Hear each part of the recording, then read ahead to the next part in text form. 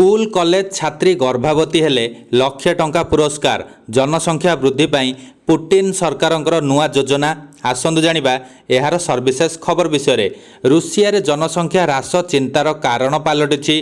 गर्भवती हेले school college छात्री माने 1 लाख टंका पाइबे बोली राष्ट्रपति व्लादिमिर पुटिन सरकार घोषणा करी कहिसेंती। संतान जन्म करिबा पई युवती माननकु नगद बोनस मिलुछि। देश रे क्रमागत ह्रास पाउतबा जन्महार, यूक्रेन युद्ध रे हजार हजार युवकक मृत्यु एवं द्रुत गति रे बढ़ुतबा प्रवास एही संकट को आहुरी गंभीर करुछि। जनसंख्यार ह्रास गति को रोकिबा पई रुषिया सरकार नेइतिबा पदक्षेप को नै सारा विश्व रे आलोचना हेउछि।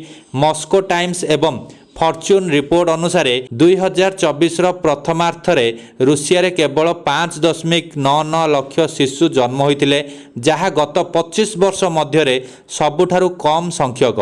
प्रथम थर पई मासिक जन्महार 1 लाख तलकू खसी जाइछि, जहाँ देशर भविष्यत पई एक चेतावनी। एही कारणरू स्कूल कॉलेज छात्री माननकु मध्य एही योजना रे शामिल करा जाइछि।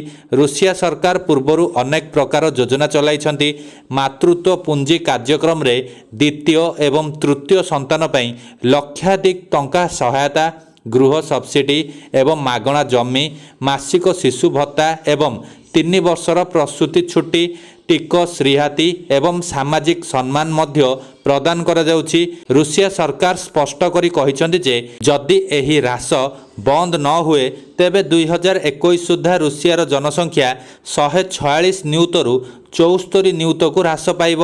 एही कारणरू एहा एबे केवल एक सामाजिक नुहे बरं एक जातीय प्राथमिकता पालटिछि।